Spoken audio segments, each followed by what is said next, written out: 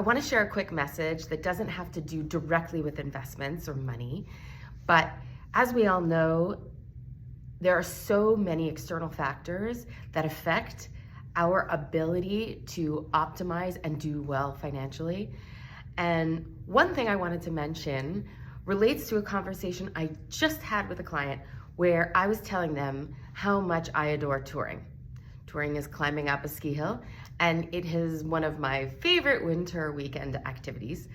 And just last weekend, a friend was saying, "Why would you do that?" And another friend said, "Well, she does it for exercise." And then I thought, well, why doesn't that seem like it's the right answer? So I thought more about it, and I realized it's because as much as it is great exercise, and that's a wonderful outcome, that isn't why I do it. Because all the physical activity choices that I make have everything to do with something else.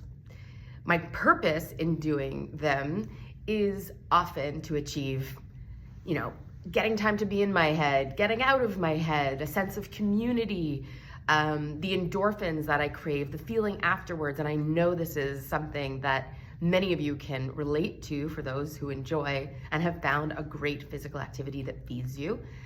And it brought me to the fact that I had the opportunity to speak about empowerment this week as part of the Solomon Leadership Program, where I met amazing students and mentors, and it gave me the chance to think about empowerment.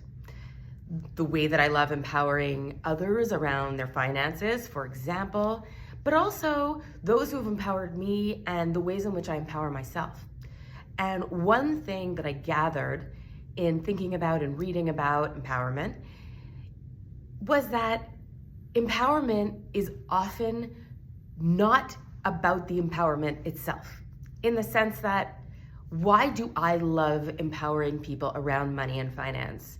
It's not because I love the feeling of empowering people, although yes, that is really great. But what is my purpose? My purpose comes from the fact that I think that knowledge and growth is so important.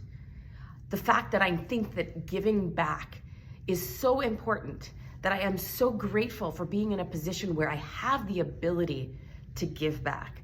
The fact that I feel a sense of responsibility to do so because of the situation that I find myself in.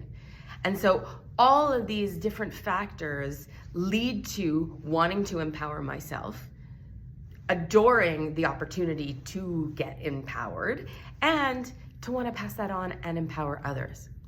And so that all led me to just want to share the message that I believe that when we approach life, not from a results-oriented perspective, but from a purpose-driven one, we achieve so much more. We have more persistence, more patience, more courage.